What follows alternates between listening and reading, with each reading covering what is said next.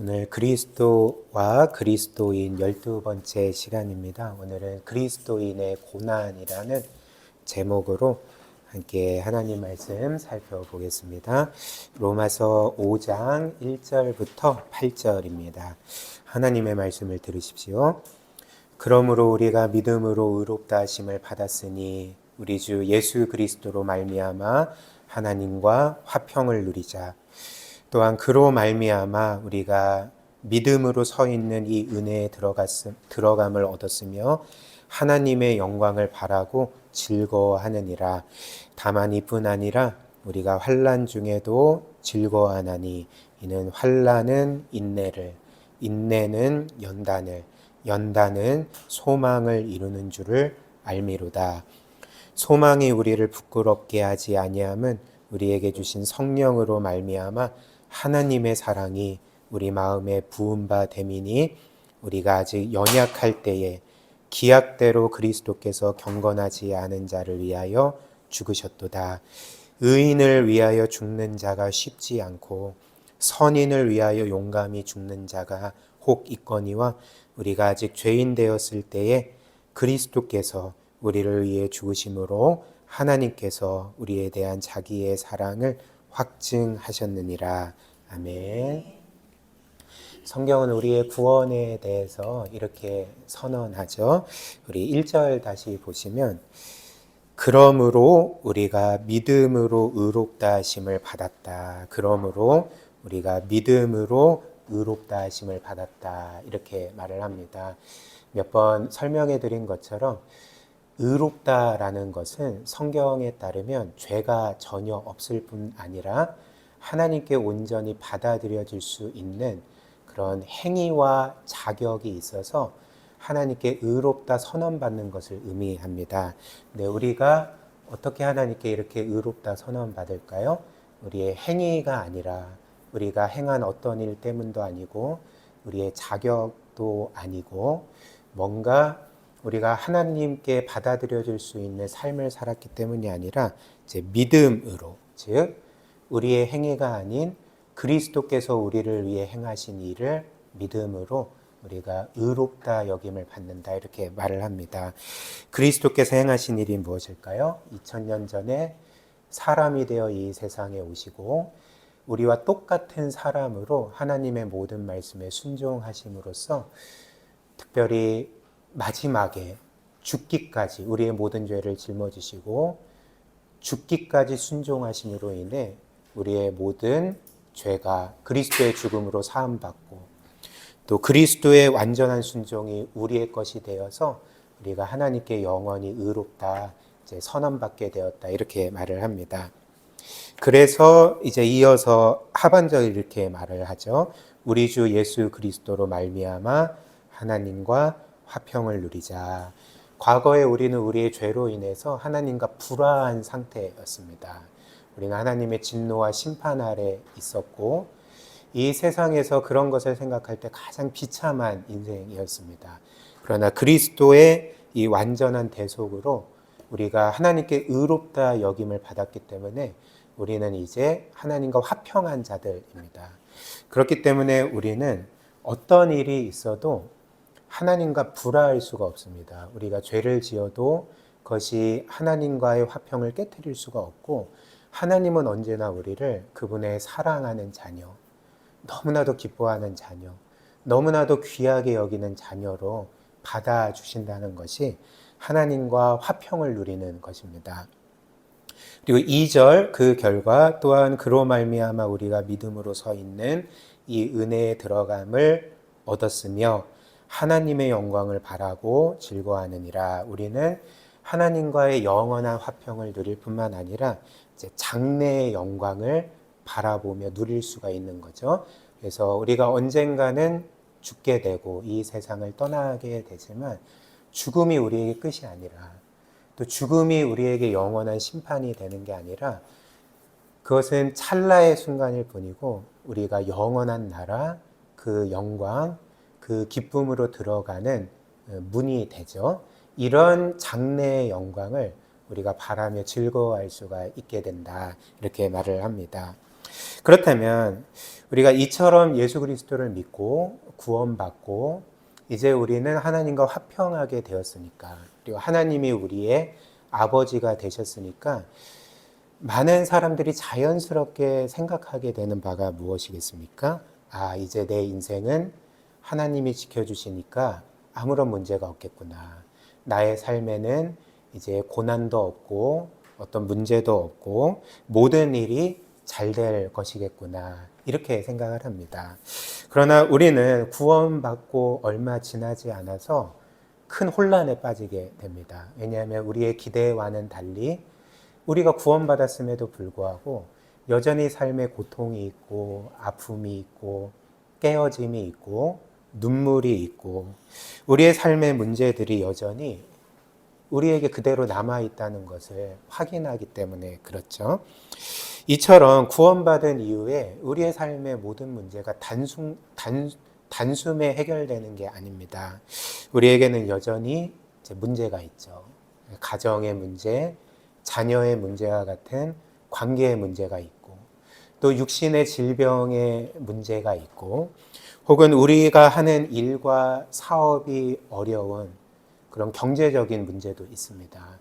혹은 어떤 이들에게는 정서적인 문제, 즉 우울증이나 공황장애 같은 그런 정서적인 문제도 여전히 있게 됩니다.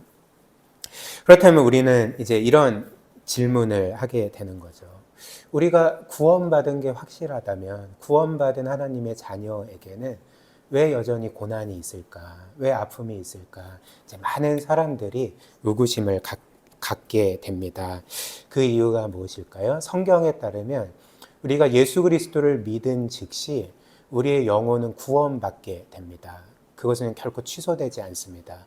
그러나 여전히 우리는 이 땅을 몸을 입고 살아가고 우리가 몸을 입고 살아가는 이 세상은 아직 죄와 그 사망의 권세로부터 구속받지 못한 세상이기 때문에 그렇습니다. 우리가 늘 경험하는 것처럼 이 세상에는 죄로 인한 깨어짐이 있고요. 아픔이 있고 고통이 있습니다. 또한 이 세상에는 불의와 불공평과 또 폭력과 거짓이 가득하지 않습니까? 그래서 이런 세상 가운데 살아가는 우리는 고통을 겪게 되는 거죠. 또 이 세상만 죄로 인해 깨트려졌을 뿐만 아니라 사실 이 세상 모든 사람들이 죄로 깨트려진 상태로 살게 됩니다.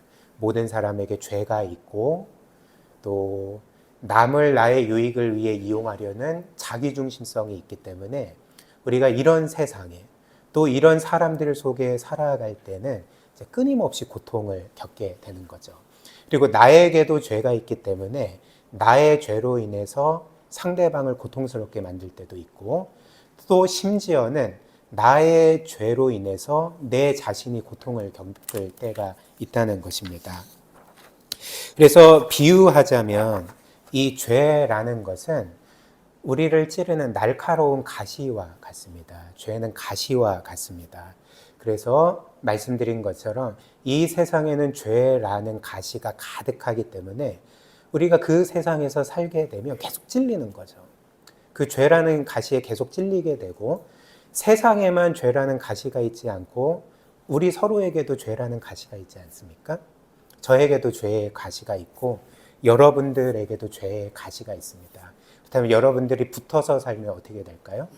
서로 더불어서 살게 되면 서로의 죄라는 가시에 찔리게 되죠. 여러분들이 늘 경험하는 것 아닙니까? 가정에서 경험하고 또 일터에서 경험하고 또 심지어 사랑하는 사람들과의 관계에서도 서로에게 죄가 있기 때문에 계속 그 죄의 가시로 서로를 찌르게 됩니다. 그러나 주님께서 우리에게 주신 궁극적인 약속이 무엇일까요? 주님께서 반드시 마지막 날에 다시 오시리라. 내가 반드시 마지막 날에 이 세상에 와서 이 세상의 모든 것, 모든 죄를 심판하고 모든 악한 자들을 심판하고 사탄과 악한 영들을 영원히 심판하리라. 그래서 죄로 인해 깨트려진 이 세상을 완전하게 구속하시고 회복시키시고 지금의 모습과는 비교도 할 수 없는 영광스러운 모습으로 회복시키실 것이라는 그런 약속을 우리 주님께서 주신 거죠.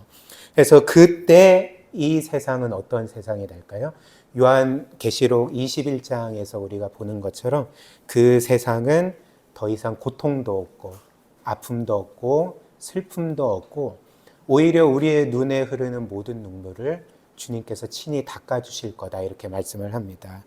오히려 완전한 기쁨과 평안과 안식과 영광이 있는 곳에서 그 나라에서 영원히 살게 될 것이라고 약속하신 것이 우리에게 주신 주님의 약속이죠. 그러나 이제 그때까지 우리는 몸을 입고 이 세상을 살기 때문에 계속 고난을 겪게 되고 고난의 바다 속에서 살게 됩니다. 그래서 옛 성인들이 인생을 가리켜서 인생은 고해다 이렇게 말하지 않았습니까? 고해가 뭡니까? 고통의 바다인 거죠. 그래서 태어날 때부터 고통의 바다에서 헤엄치다가 마지막에는 힘이 딸려서 빠져 죽는 것이 우리 인생이라 할 수가 있겠죠. 그렇다면 우리는 이렇게 마지막 날에 주님께서 이 세상을 완전히 구속하시고 또 새롭게 하실 그 날까지 우리의 고난에 대해서 어떻게 대처해야 되는가? 그냥 이 고난을 꽉 물고 그냥 견디고 참고 그렇게 살면 되는 건가? 아니면 그냥 그 고난에 대해서 그러려니 하고 체념하며 살면 되는 것인가? 성경은 오늘 그렇게 말하지 않습니다. 오히려 성경은 우리가 이런 고난 가운데서도 즐거워할 수 있다, 이렇게 말을 하는 거죠. 5장 3절 말씀 한번 보시면 이제 이렇게 말합니다. 다만 이뿐 아니라 우리가 환난 중에도, 즉 고난 중에도 즐거워한다. 고난 중에도 즐거워한다, 이렇게 말을 합니다. 사랑하는 여러분, 이는 거짓말이 아니죠. 또 이는 빈말이 아닙니다. 왜냐하면 성경은 하나님의 말씀이지 않습니까? 진리의 말씀입니다. 고난 중에서 즐거워할 수 있기 때문에 너희가 고난 중에서 즐거워한다라고 성경은 말하는 것입니다. 그렇다면 우리는 어떻게 이 세상에서 겪는 고난과 환난 중에서 즐거워할 수 있을까? 기뻐할 수 있을까? 일단 그 이유가 아닌 것은 고난 자체가 우리에게 즐거움을 주기 때문이 아닐 것입니다. 이 세상에서 고난 자체를 즐거워하는 사람이 어디 있겠습니까? 이제 그런 사람은 없겠죠. 따라서 성경이 너희가 고난 중에서도 즐거워할 수 있다라고 말을 하는 이유는 고난 자체가 기쁘고 즐거운 일이라기보다는 고난은 여전히 우리에게 고통스럽고 힘든 일인데 고난이 우리에게 가져다 주는, 즉 그리스도를 믿는 우리에게 가져다 주는 어떤 결과 때문에 우리가 고난을 즐거워할 수 있다, 이런 의미가 되는 것이겠죠. 그렇다면 이 고난, 이 환난은 그리스도를 믿는 우리에게 어떤 것을 가져다 줄까? 3절, 4절 다시 한번 보십시오. 다만 이뿐 아니라 우리가 환난 중에도 즐거워하나니 이는 환난, 고난은 인내를, 인내는 연단을, 연단은 소망을 이루는 줄을 알미로다. 이 말씀처럼 우리의 고난이 우리에게 인내를 가져다 주고 인내가 연단을 가져다 주고 연단이 영원한 소망을 바라보게 하기 때문에 우리는 고난 중에서도 즐거워할 수 있다. 성경은 이렇게 약속합니다. 그래서 우리가 오늘 이 말씀을 함께 살펴보겠습니다. 첫 번째로 우리가 겪는 환난은 인내를 낳습니다. 즉 고난은 그리스도를 믿는 우리를 인내의 사람으로 만들어 갑니다. 그렇다면 여기에서 환난이 인내를 이룬다고 할 때 이 인내는 무엇인가? 여기에서 이 성경이 말하는 인내는 이런 게 아닙니다. 이 꽉 물고 끝까지 견디고 그래서 의지력으로 결국 그 고난을 이겨내는 것을 가리켜서 성경은 인내라고 말하지 않습니다. 이러한 인내는 사실 성경이 말하는 인내가 아니라 이 세상이 말하는 인내겠죠. 힘들어? 이 꽉 다물어. 이 꽉 물어. 그리고 끝까지 견디고 끝까지 싸워. 그러면 이길 거야. 이런 인내는 사실 성경이 말하는 인내가 아닙니다. 이런 인내는 고대 그리스 로마의 스토아 철학이 말하는 인내이지 성경이 말하는 인내가 아닙니다. 그리고 만약에 성경이 말하는 이런 인내, 환난 중에서 인내하는 것이 이렇게 이 꽉 물고 끝까지 참고 견디고 이겨내는 것이라면 사실 이런 인내는 저와 여러분들을 어떤 사람으로 만들어내겠습니까? 의지력이 강한 인물로 만들어내기는 하지만 이런 인내는 우리의 성품을 이런 식으로 바꾸게 될 것입니다. 즉 우리를 교만하게 만들거나 우리를 좌절하게 만들거나 둘 중에 하나일 것입니다. 한번 생각을 해보십시오. 우리가 어떤 환난을 겪고 있습니다. 근데 우리는 그 환난을 우리의 의지력으로 이 꽉 물고 참고 견디고 그래서 결국은 그 예전에 박세리 그 골프 치는 광고 있잖아요. 끝까지 견디고 이기리 그 찬양 있지 않습니까? 아침이 있으리라는 노래이죠. 그러니까 이런 식으로 우리가 결국은 이겼다고 생각을 해봅시다. 그렇다면 우리는 이런 인내를 통해 승리를 성취한 우리 자신에 대해서 어떻게 생각할까요? 대놓고 말하진 않지만 아마 자기 자신에 대해서 이렇게 생각을 할 것입니다. 나는 환난 중에서도 불굴의 의지로 모든 것을 이긴 사람이야. 내 능력이 이 정도야.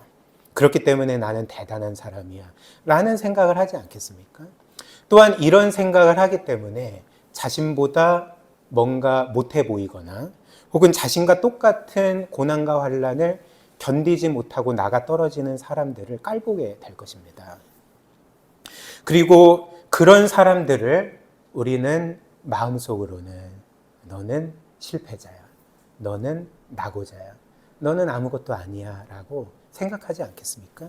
사실 이 세상 사람들이 그런 삶을 살아가는 거죠. 그렇다면 이제 반대로 우리가 끝까지 우리의 의지력으로 고난과 환난을 견디려고 했지만 결국 실패했다면 어떻게 되겠습니까? 그런 나 자신을 어떻게 생각하겠습니까?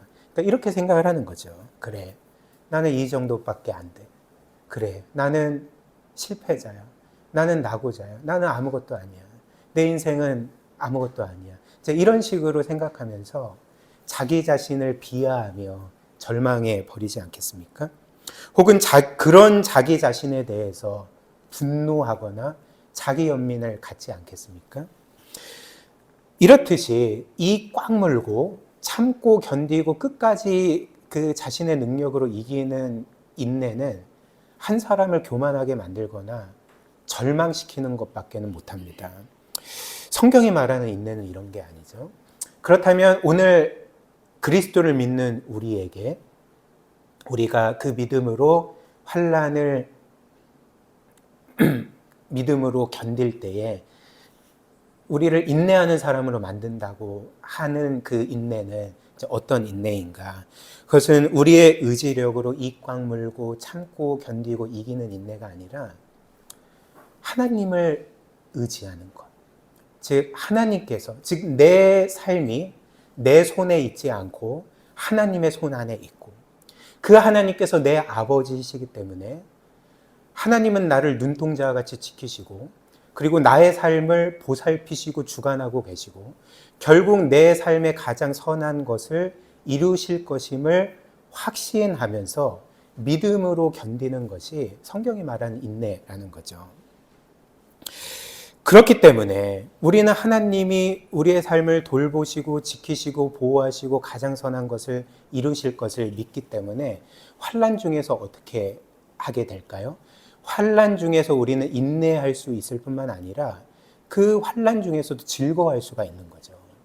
감사할 수가 있는 것입니다. 그리고 이렇게 환난 중에서도 내 의지력을 믿지 않고 하나님을 더욱더 의지하고 신뢰하고 하나님과 더 동행하려고 하고 환난 중에서도 하나님의 뜻을 이루려고 하면서 하나님이 원하시는 그런 거룩하고 경건한 모습으로서 빚어져 간다는 것입니다. 이것이 성경이 말하는 인내인 거죠. 그 다음 두 번째로 이렇게 환난은 우리에게 믿음의 인내를 이루고 믿음의 인내는 우리에게 연단을 이룬다 이렇게 말을 합니다. 4절 말씀 인내는 연단을 이루고 연단은 소망을 이루는 줄을 알미로다 이렇게 말을 합니다. 그렇다면 여기에서 우리의 믿음의 인내가 연단을 이룬다고 할 때 연단은 뭔가? 일단 이 한글 성경에서 연단이라고 번역된 이 단어의 헬라어는 이제 도키메라는 단어입니다. 네, 이 도키메라는 헬라어는 어떤 금이나 혹은 은 같은 것들을 이제 용광로에 녹여서 불순물을 제거해서 순도를 높이는 순금이 되게 하는 정제 과정을 가리켜서 이 도키메라고 부르는 거죠. 연단이라고 부르는 거죠. 따라서 우리의 믿음의 인내가 우리에게 연단을 가져온다는 것, 연단을 이룬다는 것은 뭘 의미하겠습니까? 우리가 환난 중에서 우리의 아버지신 하나님을 굳게 믿고 믿음으로써 인내하게 될 때에 그 환난이라는 불이 우리 안에 있는 죄와 또 영적인 불순물들을 태워서 우리를 더욱더 정결한 사람으로 그리고 그리스도를 닮은 온전한 사람으로 이렇게 만들어 간다는 것입니다. 이게 이제 성경이 말하는 연단인 거죠. 그래서 이제 이 개역 개정 성경이 아니라 이제 새번역 성경 그리고 다른 이제 그 이후에 번역된 한글 성경들은 거의 대부분 이 연단을 연단된 성품이라고 번역을 했습니다. 혹은 단련된 성품이라고 번역을 했습니다. 예를 들면 로마서 4장 새번역으로 보면 이제 이렇게 번역을 했습니다. 인내력은 단련된 인격을 낳고 혹은 연단된 인격을 낳고 연단된 인격은 희망을 낳는 줄을 알고 있기 때문입니다. 이렇게 번역을 했고요. 이런 한글 성경뿐만 아니라 이제 대부분의 영어 성경은 이 개역 개정의 연단을 영어로 캐릭터라고 번역을 했습니다. 즉 성품이라고 번역을 한 거죠. 즉 환난 중에서 믿음으로 인내하는 것은 성품을 만들어내는데 어떤 성품입니까? 예수 그리스도를 닮은 성품을 우리 가운데 만들어내는 거죠. 그렇다면 이 성품, 그리스도의 성품은 어떤 것인가? 마지막으로 이제 세 가지로 살펴보겠습니다. 그래서 첫 번째, 이 환난 중에 인내하는 것, 연단이 우리에게 만들어내는 성품, 그리스도의 성품 첫 번째는 겸손함, 그리고 두 번째는 거룩함, 세 번째는 온유함입니다. 이렇게 차례대로 살펴보겠습니다. 첫 번째로 이제 겸손함입니다. 우리가 환난을 믿음으로 인내하게 될 때에 하나님은 이 환난을 통해 우리를 인내하는 사람으로 만들어 가십니다. 변화시켜 가십니다. 겸손한 사람으로 변화시켜 가십니다. 그렇다면 이 환난은 우리를 어떻게 겸손의 사람으로 만들어 갈까? 그 이유가 무엇인지 아십니까? 그 이유는 우리가 환난을 겪게 될 때에 특별히 우리가 우리의 힘으로 견뎌낼 수 없고 이겨낼 수 없는 종류의 환난을 만나게 될 때에 그것을 인내하는 가운데 우리는 이것을 깨닫게 되는 거죠. 내 삶은 내 손에 있지 않구나. 내 인생은 내 손 안에 있는 게 아니구나. 내 통제권에 있는 게 아니구나. 라는 것을 깨닫기 때문에 그 환난은 우리를 인내하게 되고 그 인내는 우리를 겸손하게 만든다는 것입니다. 물론 내 삶이 내 손 안에 있지 않구나 라는 이 겸손은 이런 것은 아닙니다. 자기를 비하하거나 자기가 아무것도 아닌 것처럼 여기거나 그래서 자기 자신에 대해서 분노하거나 절망하는 그런 종류의 겸손이 아닙니다. 사실 이것은 겸손이 아닙니다. 이런 종류의 겸손은 사실 겸손이 아니라 오히려 교만입니다. 자기 비하는 겸손이 아닙니다. 교만입니다. 왜 그런지 아십니까? 만약에 자기가 이겨낼 수 없는 어떤 환난 가운데 뭔가가 안 돼서 실패해서 그래 나는 아무것도 아니야. 나는 무능력한 실패자야 라고 말하는 것은 겸손이 아니라 나는 원래 이 정도의 사람이 돼야 되는데, 나는 원래 이 정도의 사람이 아니라 더 훌륭한 사람인데 내가 왜 이렇게 됐을까? 라고 생각하는 교만의 마음이라는 것입니다. 교만의 또 다른 표현이라는 거죠. 그렇다면 성경이 말하는 겸손은 무엇이겠습니까? 그것은 이런 자기 비하가 아니라, 그래 나는 멍청해, 나는 실패자야, 이런 자기 비하가 아니라 우리가 우리의 창조주 되신 하나님의 주권을 인정하고 내 삶의 주도권이 내 손에 있지 않고 하나님의 손에 있을 뿐만 아니라 내 삶을 결정하는 이가 내가 아니라 하나님임을 인정하면서 그분 앞에서 겸손한 것이 진정한 겸손이라는 거죠.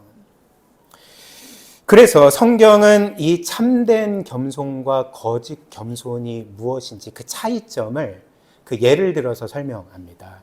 그 가장 그 잘된 예가 이제 야고보서 4장에 나오는데, 야고보서 4장 한번 보십시오.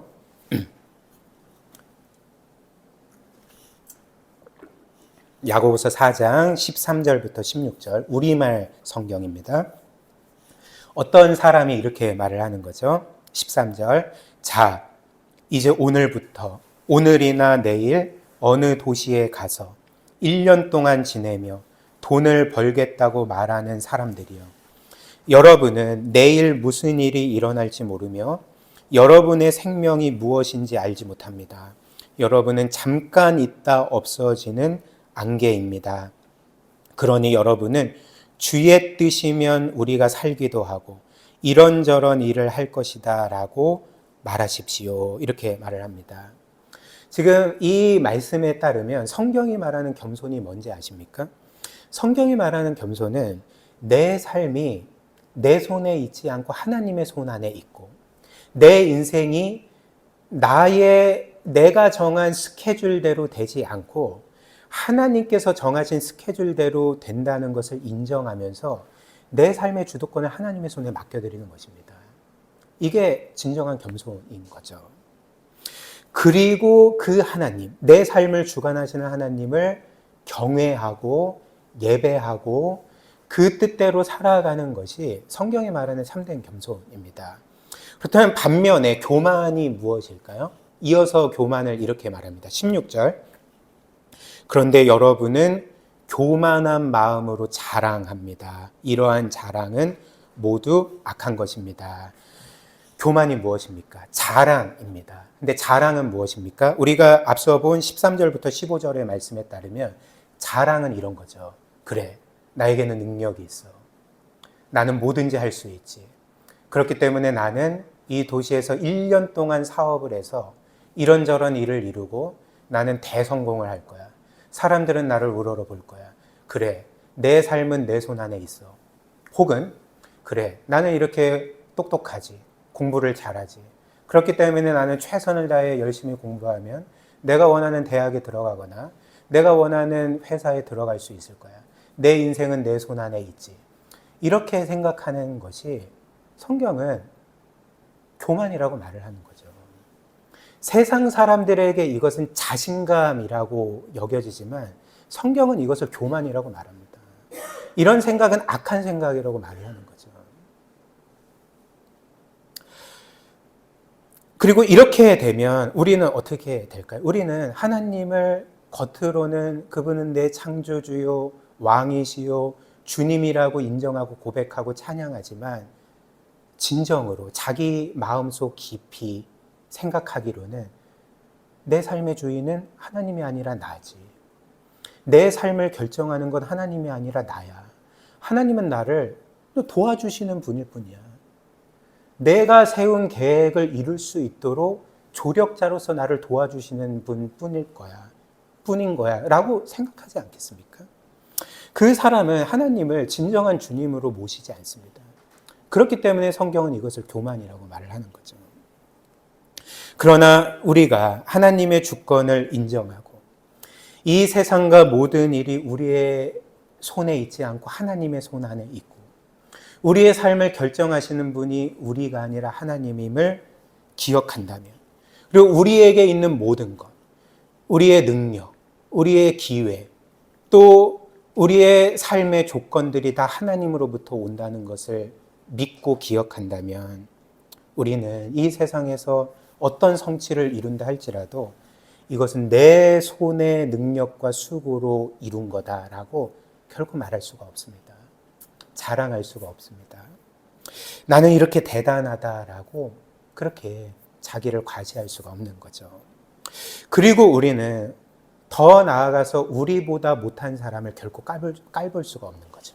왜냐하면 이 세상에서 나는 저 사람보다 성공할 수는 있지만, 잘 될 수 있지만 그 모든 이유가 나에게 있지 않고 하나님에게 있기 때문에 그렇습니다. 나에게 능력 주신 분도 하나님이고, 이렇게 성공할 수 있는 조건을 주신 분도 하나님이고, 그 성공을 가능케 하신 분도 하나님이기 때문에 우리는 우리 자신을 그렇게 과시할 수 없고 우리보다 못한 사람을 깔볼 수가 없는 거죠. 예를 들면 그 2018년도에 그 이탈리아의 카타니아 대학교의 한 교수, 물리학 교수 연구진이 한 가지 실험을 했다고 합니다. 그 실험이 무엇이냐면, 한 사람이 성공하는 데 있어서 그 성공하게끔 만드는 주된 요인이 그 사람이 가진 능력인가 아니면 그 사람이 가진 운인가, 능력이 한 사람을 성공하게 만드는가, 운이 한 사람을 성공하게 만드는가, 이제 이것을 증명하기 위해서 이제 한 가지 실험을 했습니다. 그래서 그 이제 컴퓨터 시뮬레이션으로 가상 인물 1000명을 만들어 놓고 그 1000명 각각의 능력치를 부여하는 거죠. 그래서 어떤 사람은 능력은 100인데 운은 0이고, 어떤 사람은 능력 50, 운 50, 그리고 어떤 사람은 능력 25, 운 75, 뭐 이런 식으로 이 1000명을 가지고 각각 능력치와 운을 부여한 후에 이제 그 사람들이 40년 동안 어떤 삶을 살고 누가 성공하는지를 시뮬레이션을 돌렸습니다. 근데 그 결과 어떻게 나온지 아십니까? 한 사람으로 하여금 성공하게 만든 주된 요인이 뭔지 아십니까? 능력이 아닙니다. 능력이 아닙니다. 75%의 능력이 있고 25%의 운이 있는 사람보다 25%의 능력이 있고 75%의 운이 있는 사람이 훨씬 더 성공한다는 것을 입증했습니다. 뭘 보여줄까요? 여기에서 운은, 세상이 말하는 운은 이제 우리에게는 뭘까요? 하나님의 선하신 주권이죠. 은혜죠. 하나님이 주신 거죠. 그렇다면 여러분들은, 뭐 여러분들 중에서 세상적으로 이제 성공한 분도 계시고 뭐 그렇지 않은 분도 계시고 뭐 그런 것 아니겠습니까? 그런데 여러분들이 어떤 일에 성공했다고 하면 여러분들에게 좋은 가정을 주신 분은 누구십니까? 어릴 때부터 좋은 교육을 받게 하고 경제적으로 어려움 없이 잘 양육받게 하고, 그리고 어찌됐든 자유가 허용되는 이 나라에서 살 수 있는 모든 것이 누구에게서 주어진 것입니까? 하나님이 주신 거죠. 또한 나에게 있는 능력도 누가 주신 것입니까? 하나님이 주신 것입니다. 우리의 건강, 또 우리의 삶의 상황들, 조건들, 그리고 성공 유무를 결정하는 분도 다 하나님이십니다. 그렇다면 우리가 자랑할 수 있는 게 뭐가 있겠습니까? 이것을 기억할 때 우리는 겸손해지는 거죠. 겸손해지는 것입니다. 이 모든 것을 주신 하나님께 감사하게 되고, 그리고 이 세상의 모든 이들을 나와 똑같이 존귀한 자들로 여기게 되고 존중하게 되고, 그리고 하나님께서 주권적으로 남에게는 덜 주셨지만 나에게 많이 주신 것을, 이것을 나만 독차지하라고 주신 것이 아니라 남에게 흘려보내라고 주신 것임을 기억하면서 우리는 우리가 가진 능력과 소유로서 남들을 섬기게 되지 않겠습니까? 주의 뜻을 이루게 되는 거죠. 주께서는 바로 환난 중에서 우리를 이런 겸손의 사람으로 빚어 가시는 것입니다. 그 다음 두 번째로, 우리가 이렇게 환난을 믿음의 인내로 견딜 때에 하나님은 그 환난을 통해 우리를 겸손한 사람으로 변화시킬 뿐만 아니라 우리를 거룩한 사람으로 변화시켜 가십니다. 왜 그럴까요? 그 이유는 하나님께서 우리에게 환난을 허락하시는 주요한 이유 중에 하나가 우리의 죄를 깨닫게 하시고, 그리고 그 죄로부터 돌이켜 회개하여 하나님께로 돌아가게 하시는 것이기 때문에 그렇습니다. 하나님은 어김없이 우리의 고난을 통해 늘 이 일을 행하십니다. 그리고 시편 119편이 이 사실을 잘 보여주는데요. 한번 보십시오. 유명한 말씀이죠. 시편 119편 67절. 고난당하기 전에는 내가 그릇 행하였더니 이제는 주의 말씀을 지키나이다. 또 71절. 고난당한 것이 내게 유익이라. 이로 말미암아 내가 주의 율례들을 배우게 되었나이다. 보통 시편에는 여러분들이 아시는 것처럼 표제가 달려있고, 그 표제에는 그 시편을 지은 저자의 이름이 기록되어 있습니다. 근데 이 시편 119편에는 저자의 이름이 없습니다. 그래서 이제 역사적으로 이제 많은 신학자들 또 목회자들이 이 시편 119편의 저자를 추측하기를 이 시편은 다윗이 쓴 걸 거야, 혹은 에스라가 쓴 걸 거야, 뭐 이런 식으로 추측을 합니다. 그러나 우리가 이제 정확히는 알 수 없죠. 그러나 그럼에도 불구하고 저자가 누구이든지 간에, 그가 다윗이든 에스라이든지 간에 이 시편 119편의 고백, 고난당한 것이 내게 유익이라, 이 고백은 단지 교리적인 지식을 고백하는 고백이 아닙니다. 어떤 공식을 말하는 게 아니죠. 이 고백은 그 시편의 저자가 인생 동안 겪은 그 일 가운데 진실하게 자신의 신앙을 고백한 것입니다. 그러니까 실제적인 고백인 거죠. 그 고백이 무엇일까요?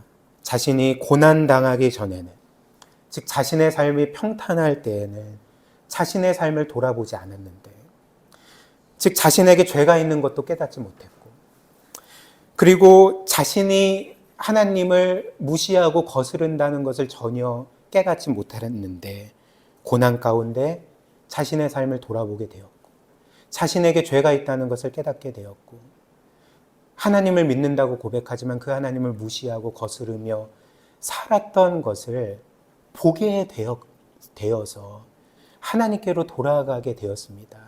그렇기 때문에 고난이 나에게 유익이 되었습니다 라고 고백을 하는 것입니다. 그리고 이 말씀에 비추어 보면 이 말씀이 진짜 진리라는 것을 저와 여러분들이 깨닫게 되지 않습니까? 저도 제가 정말 좋아하는 말씀인데, 이 말씀에 비추어 보면 제 삶을 돌아보면, 이 말씀에 비추어서 제 삶을 돌아보면 이 말씀이 정말 진리라는 것, 하나님의 말씀이 진짜 진리라는 것을 보게 됩니다. 여러분들도 그렇지만 저도 제 삶이 평탄할 때는 제 삶을 돌아보지 않습니다. 인생에 아무런 문제가 없고 뭔가 일이 다 잘 되고 그러면 사실 삶을 돌아볼 필요가 없는 거죠. 그러니까 잘 되는데 왜 삶을 돌아보겠습니까? 그러나 시시각각 고난이 찾아오게 될 때 어떻게 합니까? 이제 비로소 나 자신의 삶을 돌아보는 거죠. 특히 나와 하나님과의 관계에 뭔가 문제는 없는지를 돌아보게 되는 거죠. 그리고 그때마다 어김없이 발견하게 되는 것이 무엇인지 아십니까? 나에게 죄가 있구나. 나에게 고질적인 불순종이 있구나. 전에는 대수롭지 않게 생각했던 죄들이 하나님의 마음을 찢어놓고 하나님께서 미워하시는 죄들이었구나. 그리고 그 죄들이 나와 하나님과의 관계를 파괴하고 있었고 내 영혼과 내 생명을 파괴하고 있었구나라는 것들을 깨닫게 되는 거죠. 그리고 그로써 저는 저의 죄를 회개하고 하나님께 돌아가게 되는 거죠. 이것이 바로 하나님께서 환난을 통해 저와 여러분들을 거룩하게 만들어 가시는 방법입니다. 그런데 하나님은 이렇게 환난을 통해 우리의 죄를 드러내실 뿐만 아니라, 그리고 그 죄를 이제 해결하실 뿐만 아니라 우리의 죄의 가장 본질적인 부분들, 가장 핵심적인 죄인 그 우상 숭배의 문제를 해결해 가십니다. 하나님은 환난을 통해 늘 우리에게 우리 속에 있는 하나님을 대신하고 있는 거짓신들을 드러내시는 거죠. 우리의 우상 숭배를 드러내십니다. 그리고 그것을 제거하시고, 그래서 우리가 우리의 생명을 하나님께만 두게 만드시는 거죠. 예를 들면 우리가 이 세상에서 겪는 환난은 이제 두 종류라는 것 아십니까? 우리가 겪는 환난에는 두 종류가 있습니다. 절대적인 환난과 상대적인 환난이 있습니다. 절대적인 환난은 말하자면 모든 사람이 환난이라고 생각하는 환난입니다. 거의 만장일치로. 예를 들면 암 같은 질병에 걸렸거나, 아니면 사랑하는 사람을 떠나보내게 되었거나, 아니면 사업이 실패해서 부도를 경험하게 되었거나, 이런 것이 모든 사람이 동의하는 그 절대적인 환난인 거죠. 반면에 상대적인 환난도 있습니다. 상대적인 환난은 무엇이냐면 똑같은 환난인데 어떤 사람은 이 환난을 환난이라고 생각하지만 또 다른 사람은 이 환난을 환난이라 생각하지 않고 그냥 좀 어려움이라고 생각을 하는 거죠. 이게 이제 상대적인 환난입니다.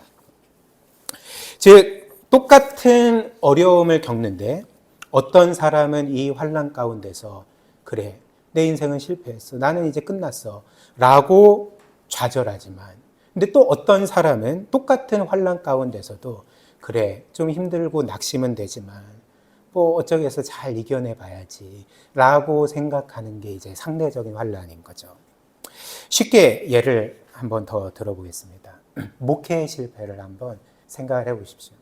여러분들이 목회자는 아니지만 여러분들의 일을 대입시켜서 한번 생각을 해보십시오. 목회자가 두 사람이 있습니다. A라는 목회자가 있고 B라는 목회자가 있는데 둘 다 목회 실패를 겪게 되었습니다. 그런데 이제 A라는 목회자는 똑같은 목회 실패를 겪으면서 이제 이렇게 말을 하는 거죠. 내가 이 목회에서 실패하다니, 나는 이제 끝났어. 나는 내 인생은 아무 의미와 가치가 없어. 나는 이제 아무것도 아니야 라고 이제 절망하는 거죠. 근데 반면에 B라는 목회자는 똑같은 목회 실패를 경험했지만 이렇게 말을 하는 거죠. 목회에서 실패한 것이 너무 마음 아프고 또 슬프고 낙심되는 일이지만, 그러나 하나님이 이 모든 상황을 주관하고 계시잖아. 하나님의 뜻이 분명히 있을 거야. 하나님께서 분명히 선한 뜻을 이루실 거야 라고 하면서 다시 일어서려고 합니다. 그래서 목회의 실패가 A라는 목회자에게는 환난이지만 B라는 목회자에게는 그냥 어려움인 거죠. 그냥 어려움입니다. 그렇다면 이 차이는 어디에서 오는 걸까요? 그것은 목회의 성공이 A와 B라는 목회자 각 사람에게 어느 정도의 의미와 가치를 지닌지에서 오는 거죠. 이해되십니까? 즉 A라는 목회자에게 목회의 성공은 어떤 것이었습니까? 그에게 목회는 하나님을 섬기는 수단이 아니었습니다. 교회와 성도들을 섬기는 수단들이 아니었습니다. 하나님께 영광 돌리는 수단이 아니라 A라는 목회자에게 목회의 성공은 그의 생명이었던 거죠. 그의 삶의 궁극적인 의미와 가치였던 거죠. 그런데 성경에 따르면 사실 우리의 생명은 누구에게 있어야 됩니까? 여러분들의 생명은 누구에게 둬야 됩니까? 하나님에게 둬야 되는 거죠. 하나님만이 우리의 참 생명이시자 우리의 인생의 궁극적인 의미와 가치이십니다. 그러나 A라는 목회자는 그의 생명과 인생의 궁극적인 의미와 가치를 목회 자체에 두었고, 목회가 실패할 때 마치 자신의 생명이 잃어버린 바 된 것처럼, 자신의 인생이 그냥 없어진 것처럼, 자신은 이제 그냥 헤어날 수 없는 절망 가운데 떨어진 것처럼 그렇게 생각했던 것입니다. 이는 무엇을 보여줄까요? A라는 목회자에게 목회는 하나님을 대신하고 있던 거짓 신이었던 것입니다. 우상이었던 거죠. 그래서 그는 목회를 통해 하나님을 섬기는 게 아니라 우상 숭배를 하고 있었던 것입니다. 그러나 반면에 B라는 목회자는 그의 생명과 인생의 궁극적인 의미와 가치를 목회를 하지만 목회에 두지 않고 하나님께 두었던 거죠. 그렇기 때문에 그는 목회의 실패를 겪게 되더라도 그의 생명인 하나님을 결코 잃지 않습니다. 그의 인생의 궁극적인 의미와 가치에는 아무런 영향이 없습니다.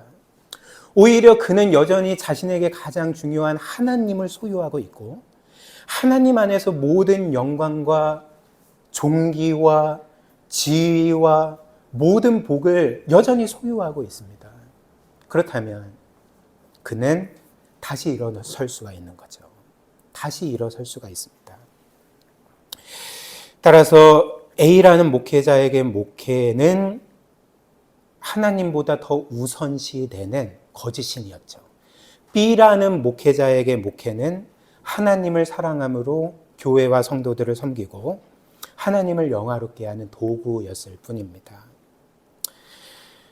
그래서 하나님께서 저와 여러분들이 환난을 겪을 때 여러분들에게 하시는 일이 뭔지 아십니까? 우리 안에, 우리의 삶에 하나님보다 더 우선순위를 점하고 있는 이 거짓신들을 드러내시는 거죠. 이 우상들을 드러내시는 것입니다. 그리고 그 하나님은 이런 환난을 통해 우리가 하나님보다 더 소중히 여기는 그 우상들을 계속 건드리십니다. 그리고 그 우상에 손상을 가하시고 위협하시고 결국 그 우상을 잃게 만드심으로써 우리로 하여금 깨닫게 하시는 거죠. 아, 하나님이 나에게 하나님이 아니었구나. 이것이 나에게 하나님의 자리를 차지하고 있었구나. 나는 지금까지 하나님을 섬기지 않고 거짓 신을 섬겼던 거구나. 이것을 깨닫고 자신의 생명을 하나님께 두게 만드시는 것이 하나님이 저와 여러분들을 향해서 끊임없이 행하시는 일입니다. 표정을 보니까 아직까지 이게 뭔 말인가 이해가 잘 안 되는 우리 청년들 자녀들이 있는 것 같습니다. 근데 한 10년만 더 살아보십시오. 이게 뭔지를 알 것입니다. 지금은 체감이 안 돼도 반드시 깨닫는 날이 올 것입니다. 마지막 세 번째로 우리가 환난을 믿음의 인내로 견딜 때에 하나님은 그 환난을 통해서 우리를 겸손의 사람, 거룩한 사람으로 만들 뿐만 아니라 마지막으로 온유의 사람, 온유한 사람으로 만듭니다. 어떤 온유한 사람일까요? 우리는 우리와 똑같이 환난을 당한 이들을 이해해주고 공감해주고 긍휼히 여기고 그를 도와줄 수 있는 온유한 사람으로 변화되어 간다는 것입니다. 그리고 이는 저와 여러분들이 살면서 경험한 적이 있을 것입니다.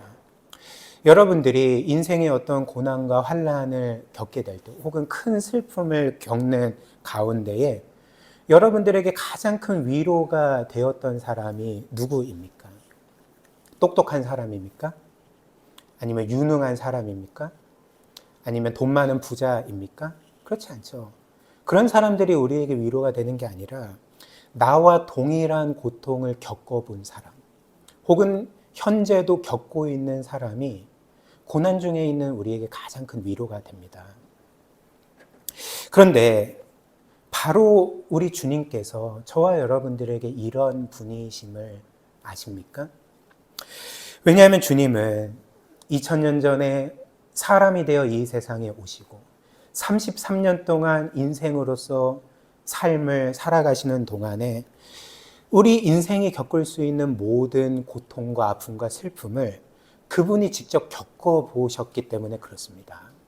예를 들면 히브리서 4장 15절 16절 한번 보십시오. 15절 우리에게 있는 대제사장은 우리의 연약함을 동정하지 못하실 리가 아니요 모든 일에 우리와 똑같이 시험을 받으신 즉 고난을 받으신 이루되 죄는 없으시니라. 그러므로 우리는 긍휼하심을 받고 때를 따라 돕는 은혜를 얻기 위하여 은혜의 보좌 앞에 담대히 나아갈 것이니라. 이렇게 말을 합니다. 주님은 우리의 연약함을 동정하지 못하실 리가 아니다. 왜냐하면 그분은 우리가 겪을 수 있는 모든 고통을 직접 겪으신 분이기 때문에 그렇다. 그렇기 때문에 그분께 담대히 나아가야 된다. 이렇게 말을 하는 거죠. 그렇기 때문에 주님은 저와 여러분들의 경제적인 어려움과 궁핍함을 아실까요? 당연히 아시죠. 주님은 어떤 삶을 사셨습니까? 주님은 왕족으로 태어나신 게 아닙니다. 부유한 가정에서 태어나신 게 아닙니다. 가난한 목수의 아들로 태어나셔서 평생 가난하게 사셨고 심지어 고정된 거처가 없이 머리 둘 곳 없는 삶을 사셨습니다. 그분은 저와 여러분들의 경제적인 어려움과 궁핍함을 너무나도 잘 알고 계십니다. 또한 주님은 저와 여러분들의 육신의 연약함과 질병과 고통을 알고 계실까요? 당연히 알고 계시죠. 이사야 53장이 뭐라고 말합니까? 주께서 우리의 질고를 지신 분이다. 평생 우리의 질병과 고통을 대신 짊어지신 분이다. 이렇게 말을 합니다. 주님께서는 단 한 번도 병에 걸리신 적이 없는 분이 아닙니다. 우리가 똑같은 삶을 사셨기 때문에 그분은 때로는 아프셨고 감기에도 걸리셨고 독감에도 걸리셨을 때도 있었을 것이고 여러 육신의 연약함과 피곤함을 실제로 겪으신 분이십니다. 심지어 그분은 마지막에 어떤 고통을 겪으셨습니까? 십자가에 못 박혀 죽는 것이라는 정말 말로 할 수 없는 끔찍한 육체의 고통을 직접 겪으신 분이십니다. 주님은 저와 여러분들의 육체의 고통과 연약함을 너무나도 잘 알고 계십니다. 또한 주님은 사랑하는 사람에게 배신당하는 우리의 고통과 아픔을 아실까요? 당연히 아시죠. 주님은 사람들을 끝까지 죽기까지 사랑하셨지만 사람들은 주님을 귀하게 여기지 않았습니다. 그분을 무시했고 심지어 끝까지 사랑한 그분의 제자들이 예수님을 어떻게 했습니까? 다 배반해버린 거죠. 심지어 주님은 그분의 영원하신 가족인 아버지에게까지 철저하게 버림받으신 분이십니다. 아버지에 의해서 십자가에 못 박히셨고 그 십자가에서 아버지께 철저하게 버림받으셨기 때문에 주께서 십자가 위에서 외치신 말이 무엇입니까? 엘리 엘리 라마 사막다니, 나의 하나님 나의 하나님 어찌하여 나를 버리십니까? 왜 나를 버리십니까? 왜 나를 이렇게 버리십니까? 라고 부르짖으신 것에서 우리가 볼 수 있는 게 무엇입니까? 주님은 가장 사랑하는 사람에게 당하는 배신이 뭔지를 아십니다. 버림받는 게 뭔지를 아시는 분이십니다. 물론 우리는 이렇게 반문할 수도 있을 것입니다. 그래, 주님께서 나의 육신의 연약함도 아시고 경제적인 어려움도 아시고 또 사랑하는 사람들에게 배신당하는 것도 아시겠지만 계속 죄를 짓는 나의 연약함은 모르실 거예요. 왜냐하면 오늘 이 히브리서 4장 말씀이 주님은 죄를 지으신 적이 없다고 하잖아. 그렇기 때문에 죄를 계속 짓는 나의 이런 영적인 연약함은 그분은 결코 이해하지 못할 거야 라고 말할지도 모르겠습니다. 그러나 그렇지 않습니다. 물론 주님은 이 히브리서 4장 말씀처럼 이 세상을 거하실 동안 죄를 지은 적이 한 번도 없으시죠. 그러나 그럼에도 불구하고 주님은 죄를 모르시는 게 아닙니다. 오히려 주님은 저와 여러분들보다 죄를 훨씬 더 잘 알고 계시고요. 죄가 얼마나 강력한지를 끝까지 겪으신 장본인이십니다. 예를 들면 우리가 방금 본 히브리서 4장 15절 말씀 다시 보시면 우리에게 있는 대제사장 예수 그리스도는 우리의 연약함을 동정하지 못하실 리가 아니요 모든 일에 우리와 똑같이 시험을 받으신 이로되 죄는 없으시니라. 지금 이렇게 말을 하는데 이것이 무슨 의미인지 아십니까? 주께서 시험을 받으셨지만 죄는 없으셨다는 게 사실 무슨 의미인지 아십니까? 주님께서 죄가 아무리 그분을 공격하고 유혹하고 집어삼키려고 해도 끝까지 견디셨다는 것을 의미하는 거죠. 그렇다면 이것을 바꿔 말하면 무엇을 의미하는지 아십니까? 주님은 죄의 최대치의 공격을 몸소 경험하신 분이십니다. 끝까지 경험하신 분입니다. 예를 들면 저와 여러분들이 죄가 우리를 유혹하고 공격할 때 반격하지 않고 그 죄와 맞서 싸우지 않고 그냥 그 죄에게 져버린다면 저와 여러분들은 죄의 최대치의 힘을 알지 못합니다. 죄가 얼마나 강한지, 얼마나 강력한지 우리는 모르는 거죠. 왜냐하면 그냥 져버리는데 죄의 힘을 어떻게 알겠습니까? 근데 주님은 어떤 분이십니까? 죄에 맞서 끝까지 싸우신 분입니다. 견디신 분이십니다. 그렇기 때문에 주님을 향한 죄와 그 유혹이 점점 강해졌을 것이고 주님은 죄의 최대치의 공격과 힘이 어떤 것인지를 아셨던 분인 거죠. 따라서 주님께서 모든 일에서 우리와 똑같이 시험을 받으신 분이시지만 죄를 짓지 않으셨다는 것은 우리는 모르는 죄의 힘을 그분은 아시고 죄가 얼마나 강력한지 그 유혹이 얼마나 강력한지를 너무나도 잘 아셔서 늘 죄를 짓고 실패하는 우리를 누구보다도 잘 이해하고 계시다는 거죠. 우리를 긍휼히 여기신다는 것입니다. 그리고 주님께서 이렇게 늘 죄를 짓는 우리를 이해하시고 긍휼히 여기시는 또 다른 이유는 그 주께서 우리의 죄를 친히 담당하신 분이시기 때문에 그렇습니다. 우리가 잘 알고 있는 말씀처럼 하나님은 그분이 사랑하시는 그 외아들을 우리를 대신하여 죄로 삼으셨습니다. 죄 자체가 되게 하셨습니다. 그리스도는 우리 모든 사람의 죄를 그분의 등 뒤에 짊어지셨습니다. 그렇다면 그분은 우리보다 죄의 무게가 얼마나 무겁고 강하고 끔찍한지를 너무나도 잘 알고 계시죠. 그리고 그분은 우리 죄를 짊어지셨을 뿐만 아니라 우리 죄 때문에 죽으신 분 아닙니까? 저와 여러분들의 죄 때문에 죽으신 분 아닙니까? 그렇다면 그 주님께서 늘 죄를 짓고 실패하는 우리를 이해하지 못하실까요? 우리를 긍휼히 여기지 않으실까요? 죄인이라고 우리를 내치실까요? 그렇지 않습니다. 우리를 위해 죽으신 주님은 늘 여전히 죄를 짓는 우리를 긍휼히 여기시고 불쌍히 여기시고 우리가 언제든지 주님의 십자가로 나아가서 그분의 보혈로 씻겨지고 죄 용서받고 회복의 은혜를 누리기를 원하시는 분이라는 것입니다. 그리고 우리가 이렇게 예수 그리스도의 십자가의 대속으로 무한한 용서를 받은 사람들임을 기억할 때 이것은 우리를 온유한 사람으로 만드는 거죠. 내가 이렇게 놀라운 사랑과 주의 피값으로 용서받았으니 다른 사람들이 죄를 지을 때, 영적으로 실패할 때 우리는 그들을 정죄하지 않고 그들을 이해할 수 있고 긍휼히 여길 수 있고 그들을 용서할 수 있고 품을 수 있고 그들을 영적으로 섬길 수 있는 주님 닮은 온유한 사람으로 세워져 가게 되는 것입니다. 이 모든 것, 환난은 인내를 낳고 인내는 그리스도 닮은 성품을 낳는 이 모든 것 때문에 우리는 환난 중에서 즐거워할 수 있는 것입니다. 이 사실을 굳게 믿고 믿음으로 모든 것을 넉넉하게 이기는 저와 여러분들이 되시기를 주님의 이름으로 축복합니다.